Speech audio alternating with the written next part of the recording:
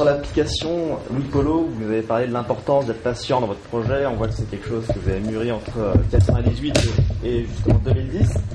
Vous avez parlé de l'importance d'avoir un business model bien calé avant de partir dans l'audience. Et justement, quand on reprend votre business model, on voit que donc vous allez jouer sur l'abonnement, donc ça qui va être en fonction donc, du trafic que vous avez.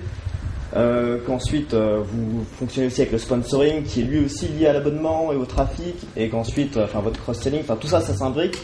Donc comment est-ce qu'on peut avancer là-dessus alors que tous sont bien enchevêtrés quoi, qu'il faut faire de l'audience Non, en fait, tu veux peut-être répondre, Mathieu? Oui. Non, parce que en fait, il y a deux canaux de distribution. Donc on n'a pas parlé de distribution, on a parlé marketing, on a parlé business model. Après il y a deux canaux de distribution. Il y a un canal de distribution qui va plutôt adresser le business et qui là est en indirect. D'accord ? Parce qu'il y a des acteurs qui sont aujourd'hui très bien implantés, avec qui on peut travailler. Et pour le voyageur d'affaires, le fait de gagner du temps, donc de recevoir des alertes, d'être informé, est quelque chose d'essentiel. Donc l'abonnement est inhérent pour cette catégorie-là. La partie cross-selling, sponsoring est plus sur le canal de distribution directe et donc sur le produit B2C, parce que vous avez des utilisateurs pour lesquels la solution est complètement gratuite. Et finalement, par contre, ils vont avoir des fonctionnalités à l'intérieur de l'application qui vont leur faire gagner du temps parce qu'ils vont avoir des tas de suggestions, recommandations qui sont contextuelles. Et ce qui fait que là, ça va être assez naturel de transformer, de pouvoir réserver un hôtel, de réserver une activité, et assez naturel d'avoir un sponsor qui soit toujours contextuel au sujet du voyage. En fait, l'idée pour l'instant, c'est d'aller chercher des métriques. On n'a pas besoin d'avoir beaucoup de volume. Il faut qu'on cherche avec ce volume-là combien est-ce qu'on peut gagner d'argent en cross-selling, en abonnement, en sponsoring. Et si on a démontré qu'il y a des bons ratios, ensuite on sait que quand on ira en volume, en fait, le business model sera réalisé.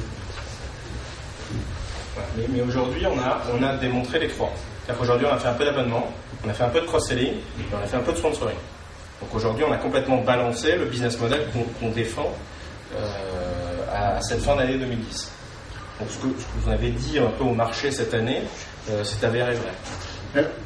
Ce qui est intéressant dans le projet Actimo, c'est que en fait, vous avez trois enjeux. Vous avez un enjeu, c'est est-ce que l'usage existe ? A priori, aujourd'hui, il est confirmé, il est en train d'arriver. Vous voyez des gens qui boardent qui embarquent avec leur ticket électronique. Donc ça existe.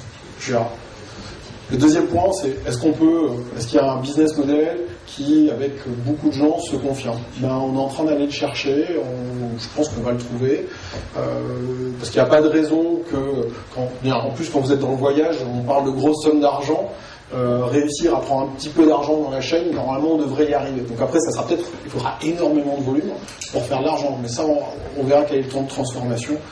On est en train de le découvrir. Le dernier point, c'est finalement, est-ce qu'on est capable de faire, le dernier enjeu, c'est créer une entreprise qui soit rentable. C'est tout simplement d'avoir une société, de faire une vraie société qui ne soit pas une start-up ou ce que vous voulez. La question, c'est de faire une société qui a un chiffre d'affaires, une équipe, un produit, un positionnement de marché et qui est rentable. Et ça, on le saura plus tard, mais on n'est pas capable aujourd'hui de le dire. Et c'est là où, chacun à notre manière, dans notre expérience, dans l'argent qu'on investit dans le projet, dans le temps qu'on y passe, on prend effectivement notre risque.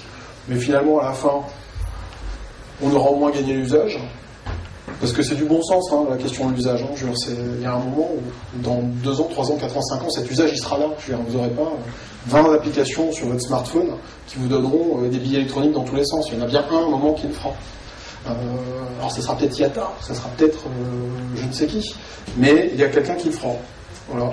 Nous, on se propose d'être dans ceux qui vont essayer de le faire. Et puis après, le business model, on verra bien ce qu'il en sort. Les années passant, on en trouve, on en a la preuve là, donc on le joue, et puis la société, c'est une question de bonne gestion.